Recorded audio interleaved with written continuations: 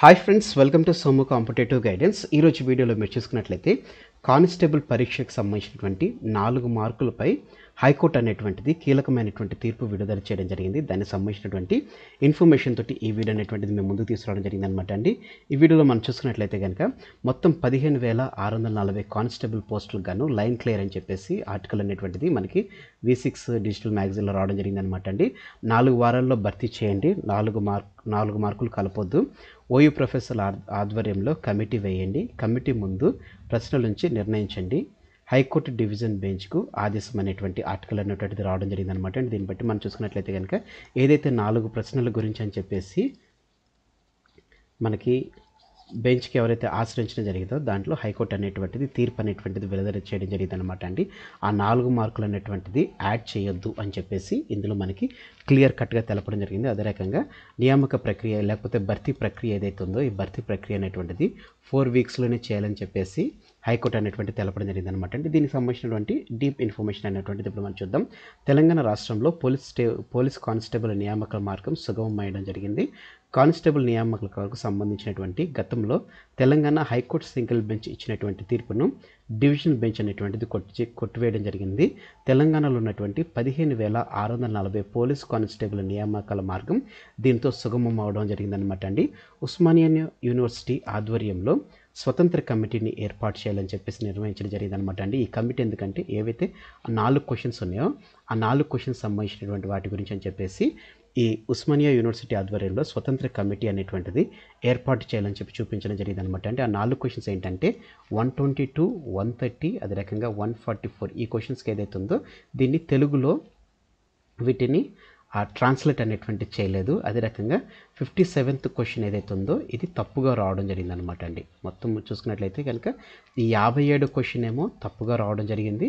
122, 130, 144 ఈ క్వశ్చన్స్ ఏవైతే ఉన్నాయో వీటికి సంబంధించినటువంటి తెలుగు ట్రాన్స్లేషన్ లేదనేటువంటి దాంతో హైకోర్టు బెంచ్ అనేటువంటిది ఆశ్రయించడం జరిగిందనమాట అండి. సో దీన్ని ఈ కమిటీ ముందు ఏదైతే ఉస్మానియా యూనివర్సిటీ ఆధ్వర్యంలో ఒక స్వతంత్ర కమిటీ ఏర్పాటు చేసి వాటి ముందు ఈ 4 ప్రశ్నలు ఉంచాలని చెప్పేసి హైకోర్టు అనేటువంటిది ఆదేశించడం జరిగింది.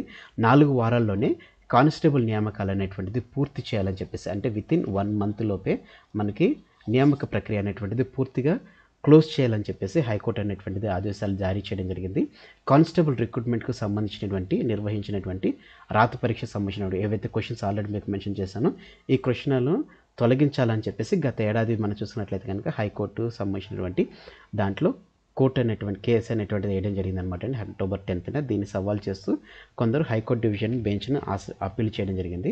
విచారించిన న్యాయస్థానం ఈ మేరకు తీర్పు అనేటువంటిది వేయడం జరిగిందనమాట అండి. సో దీన్ని బట్టి మనం చూసుకున్నట్లయితే ఏదైతే 15,640 కానిస్టేబుల్ పోస్టులు ఏవైతే ఉన్నాయో వీటికి సంబంధించినటువంటి లైన్ అనేటువంటిది క్లియర్ అవ్వడం జరిగిందనమాట అండి.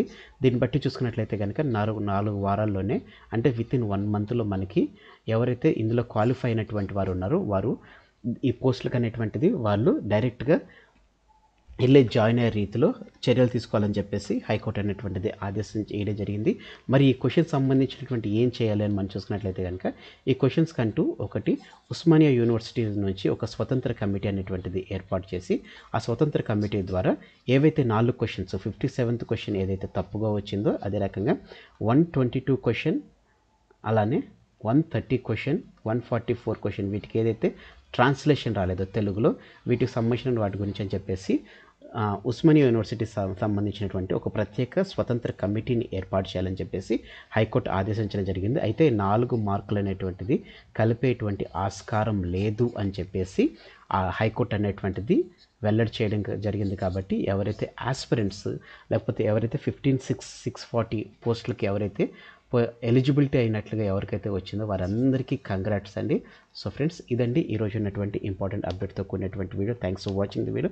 ఇందులో ఉన్నటువంటి కంటెంట్ నా ఎక్స్ప్లెనేషన్ అనేటువంటిది మీకు నచ్చినట్లయితే మీరు ఇక మన సోము కాంపిటేటివ్ గైడెన్స్ అనేటువంటి యూట్యూబ్ ఛానల్ సబ్స్క్రైబ్ చేసుకోకపోతే వెంటనే సబ్స్క్రైబ్ చేసుకుని పక్కన ఉన్నటువంటి బెల్ ఐకాన్ ట్యాప్ చేస్తే ఇటువంటి లేటెస్ట్ అప్డేట్స్ అనేటువంటిది వెంటనే మీరు మీ డివైస్లో పొందుకోవడానికి మీకు యూజ్ అవ్వడం జరుగుతుంది అనమాట అండి. ఫ్రెండ్స్ ఈ వీడియో కనుక నచ్చినట్లయితే లైక్ చేయండి, కింద కామెంట్ సెక్షన్లో కామెంట్ చేయడం మర్చిపోకండి. ఈ వీడియోని మీ friends and family members relatives ప్రతి ఒక్కరికి షేర్ చేయండి. Thanks for watching the video. Have a nice day. All the best for exams. Bye.